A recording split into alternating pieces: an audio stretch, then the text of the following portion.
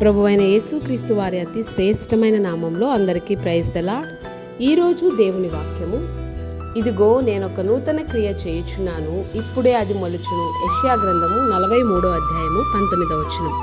దేవుడు నూతన క్రియ మన జీవితంలో చేయాలంటే ఆ వచనానికి పై వచనంలో రాయబడింది, మునుపటి వాటిని జ్ఞాపకం చేసుకొనకుడి, పూర్వకాలపు సంగతులను తలంచుకొనకుడి. గతం గతః అంటారు కదా, గతించిన దినాల్లో శ్రమల గుండా కష్టాల గుండా మనం నడిచామేమో, ఆత్మీయంగా సరైన ప్రార్థనా జీవితం లేకుండా, వాక్య ధ్యాన జీవితం లేకుండా గడిపామేమో. ప్రభువు సెలవిస్తున్నాడు, మునుపటి వాటిని జ్ఞాపకం చేసుకోవద్దు, గతించిన సంగతులను తలంచుకోవద్దు, కానీ ప్రభు దగ్గరకు నువ్వు వచ్చి నూతన తీర్మానం కూడా, ఒక నూతనమైన ఆత్మీయ జీవితాన్ని ప్రారంభించాలి అన్న ఆశతో ప్రభు సన్నిధికి నువ్వు వచ్చినప్పుడు, ఆ తీర్మానం నువ్వు తీసుకున్నప్పుడు నీ జీవితంలో దేవుడు నూతన క్రియను చేస్తాడు, నూతన మేలులతో నింపుతాడు.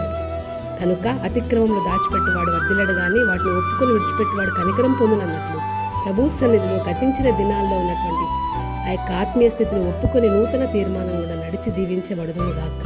ఆమేన్. God bless you all.